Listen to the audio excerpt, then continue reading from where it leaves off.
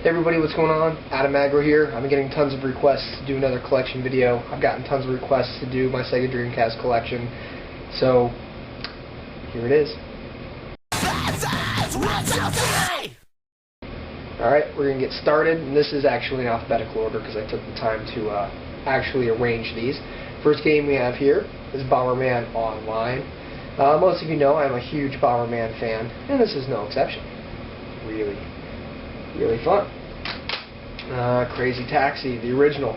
I don't think anything beats the original with the 2 or 4 song soundtrack, whatever it is, from Bad Religion and Offspring. Pretty cool, pretty fun. I definitely enjoy it. Echo the Dolphin, Defender of the Future. I got this mostly because of the free roaming aspect. It was really cool just to swim around and you know, fuck about and stuff like that. It's actually fairly entertaining, and I picked it up on the cheap. This game is called Egg Elemental Gimmick Gear.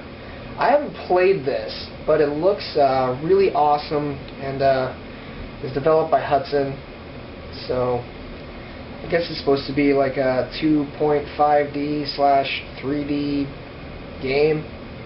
I haven't had a chance to play it though, but it's awesome. I got a really good price on that one too. Looks like it's out there. Oh, one of my favorites. Giga Wing. It's a shmup, epic shmup from Capcom.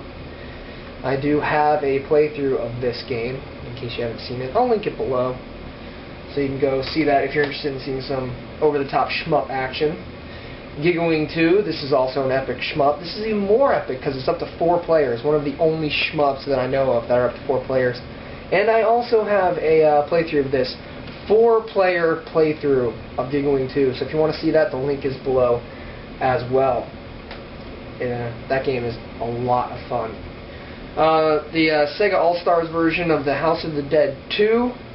I don't have a working gun for the Sega Dreamcast yet, but it's still a fun game and definitely a good game to have in the collection. Jet Grind Radio. This game is a lot of fun. Confusing at certain points, but it's really cool. Once you get the controls down, there is a lot of fun to be had with this game, for sure. This is a classic. I would definitely recommend picking that one up as well. Miss Pac-Man Maze Madness. I like the Pac-Man games. I like Miss Pac-Man. This is kind of like a weird little 3D renditioning of it. It's fairly fun, fairly addictive, up to 4 players. I like that. I like the multiplayer aspect of it. Nightmare Creatures 2 with music by Rob Zombie.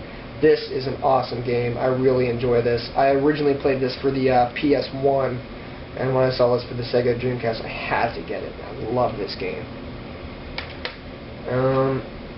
Outrigger. I guess the main gimmick of this is you could actually use a mouse and keyboard. It's a first-person shooter.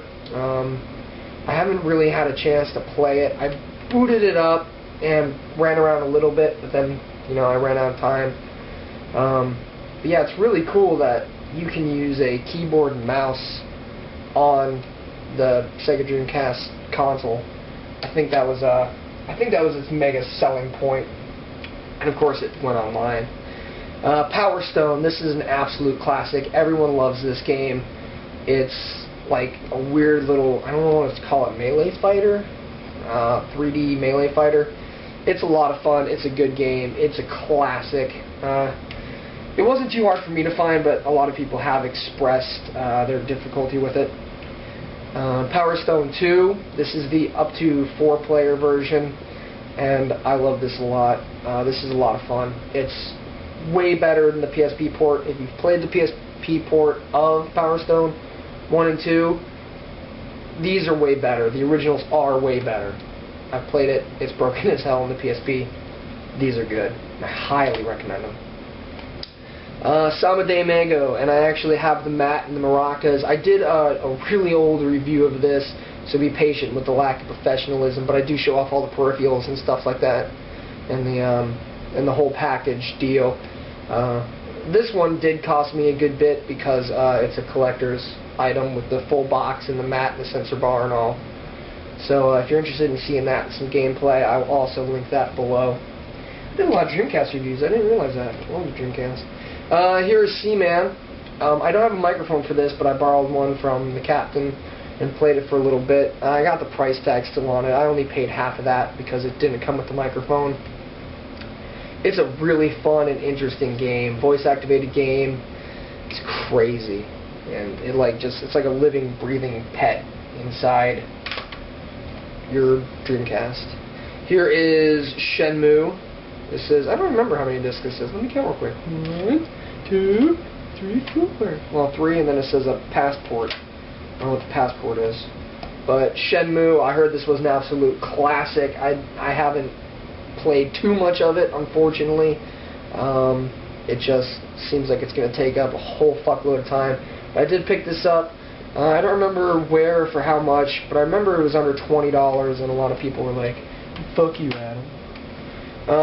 Next game is Space Channel 5. This is a bizarre little rhythm game with ooh la la right there. It's got a holographic artwork on the front. This game is pretty cool. It's definitely better than the newer games that aren't developed by Sega. So if you like rhythm games, I would definitely recommend that. Sonic Adventure, 3D, fast-paced Sonic game. I like it a lot. It's enjoyable. I don't like all the new characters really, but what are you gonna do? Here's Sonic Adventures 2. This is the obvious sequel. I haven't played this one yet because I didn't beat the first one yet. But it's essentially going to be the same. It's got all the same pictures of the same characters on the back and so on and so forth. Sonic Shuffle, which is an absolutely terrible party game. If you want to have a bad party, pop this one in and play it. It's like a card-based Mario Party. I wouldn't recommend that one. Soul Calibur, I would definitely recommend this. Great series, great fighting game. And this is one of the best versions of the game you can get. I absolutely love the Soul Calibur series. Super Magnetic Neo. This was actually developed by Crave, which was the only reason I bought it. It is a very bizarre kind of puzzle platformer, which I love puzzle platformers, but it's a little hard to get a hang of using all the abilities and stuff like that. But it is a really good game, and you can find it for pretty cheap.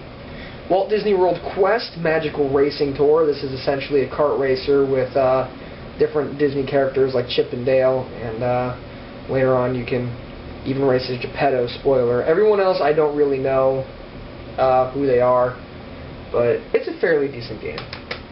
And lastly we have Zombie Revenge, which this is a classic B-movie style terrible dialogue game. It is a lot of fun. You got your melee attacks and your guns and stuff like that. I really enjoy it. It is kind of hard as balls though, because of course the aiming sucks, like the old Resident Evil style aiming. Well, maybe not that bad, but still fairly bad.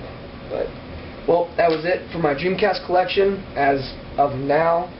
I'll probably do an update for this later once I get a little more games for it, depending on how good it does. And I hope you enjoyed it. Thanks for watching, and I'll see you next time.